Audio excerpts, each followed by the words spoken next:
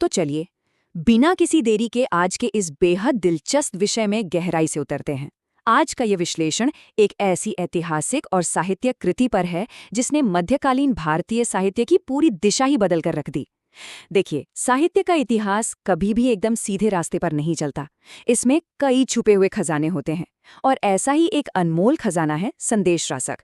ये सिर्फ एक आम कविता नहीं है, बल्कि ये एक ऐसा मील का पत्थर है जो हमारी साहित्यिक समझ की पूरी नींव को हिलाकर रख देता है। आज हम यही समझेंगे कि कैसे एक अकेली रचना ने भावनाओं और भाषा का एक ऐसा ताना बाना बुना जिसकी गूंज आज सदियों बाद भी सुनाई देती है। हिंदी साहित्य में श्रृंगार और रोमांस की शुरुआत आखिर हुई कहाँ से? ये एक ऐसी ऐतिहासिक पहेली है जिसका सटीक जवाब ढूंढना किसी रोमांचक जासूसी कहानी से कम नहीं है। ये सवाल भले ही बहुत बुनियादी लगे, लेकिन इसका उत्तर उतना सीधा बिल्कुल नहीं है। जब भी हिंदी साहित्य में रोमांस, प्रेम या विरह की बात आती है तो कई बड़े कवियों के नाम हमारे दिमाग में आते हैं। लेकिन क्या कभी ये विचार आया है कि ये सब शुरू कहाँ से हुआ? वो पहला बीज किसने बोया जिसने आगे चलकर श्रृंगारिक कविताओं के कितने विशाल पेड़ का रूप ले लिया? इसका जवाब इतिहास के एक ऐसे पन्ने पर ले जाता है जो न केवल हैरान करने वाला है, बल्कि हमारी साझा संस्कृति का एक बेहद खूबसूरत उदाहरण भी है। और इस सबसे बड़े सवाल का जवाब इस एक छोटे से अंक में छिपा है। संदेश रासक के रचयिता कवि अब्दुल रहमान। जी हाँ, इतिहास में ये वो पहले इंसान हैं जिन्हें किसी भी भारतीय भाषा और विशेषकर हिंदी में रचना करने वाले प्रथम मुस्लिम कवि होने का गौरव प्राप्त है। ये बात अपने आप में बहुत ही क्रांतिकारी है। उस दौर में जब भाषाएं और संस्कृतियां अपने अपने दायरे बना रही थीं, तब अब्दुल रहमान ने भाषाई सीमाओं को तोड़ते हुए एक ऐसा मुकाम हासिल किया जो आज भी शोधकर्ताओं के लिए एक मिसाल है। नंबर 1 होना यहाँ महज एक आंकड़ा नहीं है, ये एक पूरी नई परंपरा के जन्म का प्रतीक है। अब इस ऐतिहासिक तथ्य का वजन जरा गहराई से समझते हैं। ये बात सिर्फ किसी एक समुदाय के प्रथम कवि होने तक सीमित नहीं है। जाने माने विद्वान और साहित्यकार आचार्य हजारी प्रसाद द्विवेदी जी ने तो अब्दुल रहमान को समग्र रूप से हिंदी भाषा का ही पहला कवि मान लिया है। जरा सोचिए, इस बात की गहराई कितनी ज्यादा है। द्विवेदी जी जैसे प्रकांड विद्वान का ये कथन संदेश रासक और उसके रचयिता को सीधे तौर पर हिंदी साहित्य के उद्गम स्थल पर ला के खड़ा कर देता है। ये इस बात का पक्का सबूत है कि साहित्य कभी भी संकीर्ण सीमाओं में नहीं बंधता, वो सिर्फ और सिर्फ प्रतिभा और भावों का सम्मान करता है। अब जाहिर है, जब बात इतनी सदियों पुरानी हो तो कुछ रहस्य और कुछ बहसें तो होंगी ही, खास तौर पर कवि और उनके समय को लेकर। वैसे अपभ्रंश भाषा में अब्दुल रहमान को अद्दहमाण भी कहा जाता था, लेकिन उनकी इस महान रचना का सटीक समय आखिर क्या था? इस एक सवाल ने दशकों तक इतिहासकारों और साहित्य के आलोचकों को खूब उलझाए रखा है। इस कृति की रचना के समय को लेकर विद्वानों के बीच दो मुख्य धाराएं रही हैं। बाईं तरफ अगर हम आचार्य द्विवेदी जी की माने तो वो इसे 11वीं सदी का ग्रंथ मानते हैं, यानी काफी प्राचीन। लेकिन दूसरी तरफ मुनि जिन विजय जी का जो शोध है वो इसे 12वीं सदी के अंत और 13वीं सदी की शुरुआत के बीच का बताता है। दिलचस्प बात यह है कि आज के समय में साहित्यिक जगत में मुनि जिन विजय जी के इसी कालखंड को सर्वमान्य रूप से स्वीकार किया जाता है। खैर, समय चाहे 11वीं सदी हो या 13वीं, इस बहस से एक बात तो बिल्कुल साफ हो जाती है कि ये रचना अपने आप में कितनी ज्यादा अहमियत रखती है। समय की इस बहस से थोड़ा आगे बढ़ते हैं। कोई भी महान कृति केवल भावनाओं के दम पर नहीं टिकती, उसके लिए एक बहुत ही मजबूत ढांचे की जरूरत होती है। संदेश रासक की संरचना इतनी व्यवस्थित और अनुशासित है कि इसे पढ़ते हुए एक कुशल वास्तुकार की कारीगरी का एहसास होता है। तो आइए इस कविता की तकनीकी नींव को थोड़ा करीब से समझते हैं। जरा इन सटीक आंकड़ों पर गौर कीजिए। संदेश रासक कोई आम कविता या विशाल महाकाव्य नहीं है, बल्कि एक खंड काव्य है। खंड काव्य का मतलब होता है जीवन के किसी एक विशेष पक्ष या घटना का बहुत ही गहराई और कलात्मकता से किया गया वर्णन। इसे मुख्य रूप से 3 भागों या अध्यायों में बांटा गया है, और सबसे खास बात यह है कि इस पूरी की पूरी रचना में कुल मिलाकर ठीक 223 छंद है, एकदम सटीक। ये सटीकता दिखाती है कि कवि ने अपनी बात कहने के लिए शब्दों का चुनाव कितनी सावधानी और बारीकी से किया था। और यहाँ एक बड़ा ही दिलचस्प और सांस्कृतिक रूप से प्रमाणिक शब्द सामने आता है, प्रक्रम।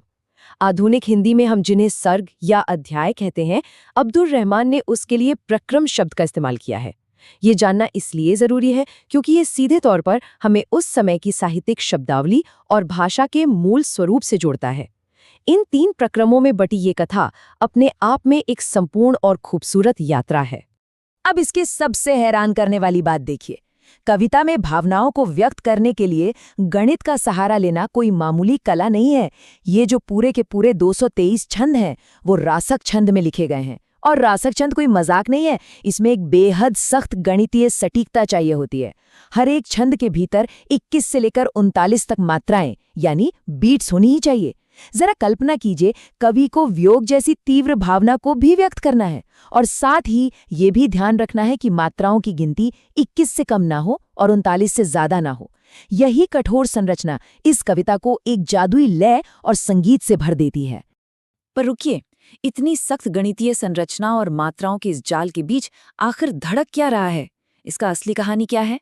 आइए अब उस कथानक की ओर चलते हैं जो बेहद मानवीय, गहरी और मार्मिक कहानी पर टिका हुआ है। इस पूरे खंडकाव्य की आत्मा और इसका केंद्र बिंदु विक्रमपुर की एक स्त्री है जिसे वियोगिनी कहा गया है।